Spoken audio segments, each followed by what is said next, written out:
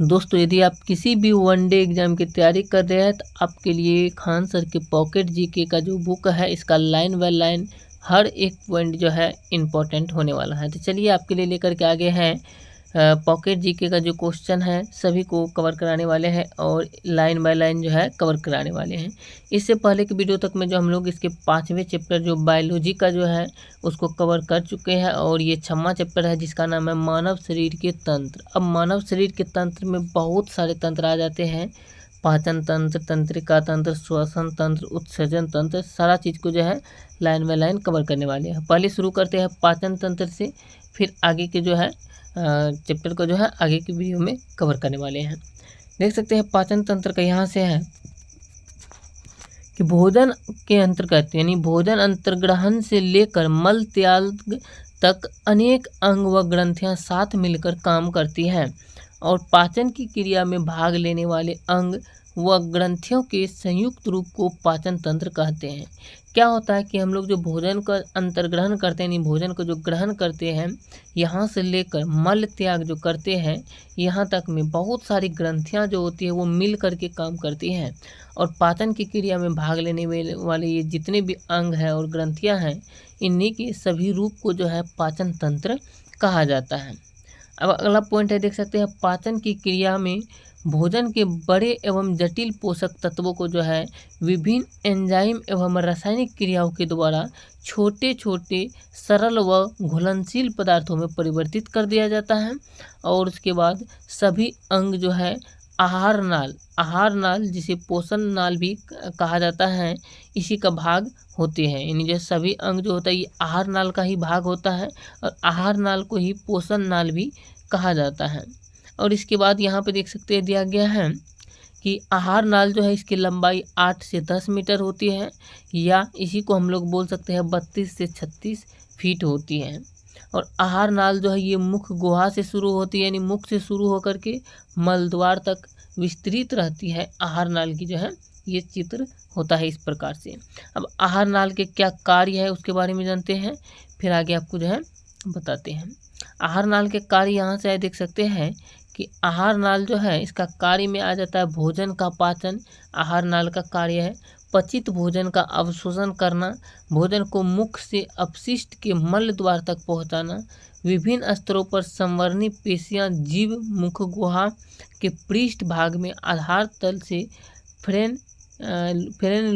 Lingual या जिह्वा frenulum के द्वारा जुड़ी रहती है। ये सारा जो है ये आहार नाल के ही कार्य के अंतर्गत आते हैं। पचित भोजन पचा हुआ भोजन जो रहता है उसका रस व अपशिष्ट की गति को नियंत्रित करना, ये सब जो है आहार नाल का ही काम है। अब आपको बता देते हैं पाचन तंत्र जो है, पाचन तंत्र में जैसे आहार नाल आ जाता है। पहला जो है ये आहार नाल।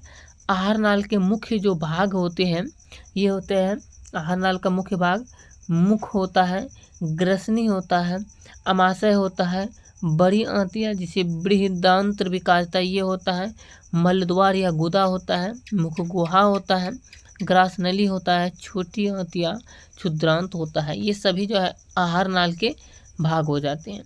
इसके बाद आता है संबंध ग्रंथियाँ। कौन सा संबंध ग्रंथियाँ हैं यानी जुड़ा हुआ ग्रंथियाँ हैं वो देख सकते हैं।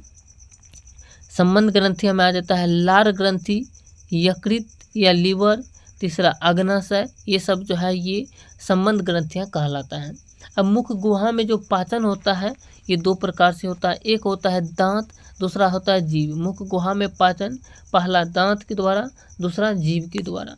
और इसके बाद जो आता है लार ग्रंथि में कौन कौन सा आ जाता है। लार ग्रंथि जो है 3 प्रकार के होती हैं, 3 प्रकार के लार ग्रंथि पाया जाता है मुख गुहा में, जिसमें पहला पाया जाता है सबलिंगुअल, दूसरा सबमेंडिबुलर, तीसरा पेरोटिड ग्रंथि। ये तीनों प्रकार के ग्रंथि जो है सबलिंगुअल ग्रंथि, सबमेंडिबुलर ग्रंथि, पेरोटिड ग्रंथि, ये तीनों प्रकार के ग्रंथि लार ग्रंथि होता है।